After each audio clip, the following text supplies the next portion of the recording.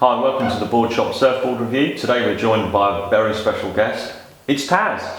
Taz shapes at Pukas at the Alatu factory, and he's joined us to run through his whole plethora of boards and give you proper detailed descriptions and ideas of who they work for, what kind of waves they work in, and when to surf them, how they fit in your quiver. So I'll hand over to the expert right now. Taz?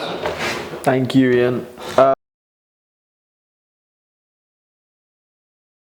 Cool. So this one is the bait. This board is something I started making for when especially now I live in San Sebastian, when the beach breaks get flat and I don't want to resort to a longboard. This is usually where I ride. It's your standard, big, flat, thick potato chip. It's full, as much volume as you can fit into a small surfboard. It's in there. Really flat, so as soon as you get up, boom, you have that kind of off the back speed. V, so that you can sink the volume into the water.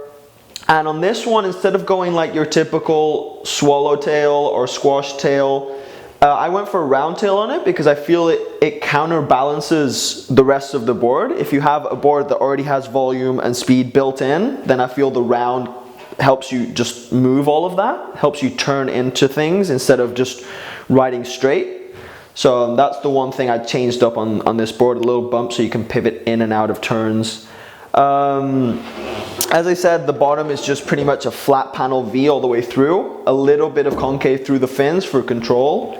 And I'd ride it as a quad because I like that loose feeling. It feels a little bit more like a twin, and in small waves you can really appreciate it. But if you want to try your luck and just slightly maybe over chest high surf, which is pretty much the limit of this board, you could go for a thruster and still feel a relative amount of control.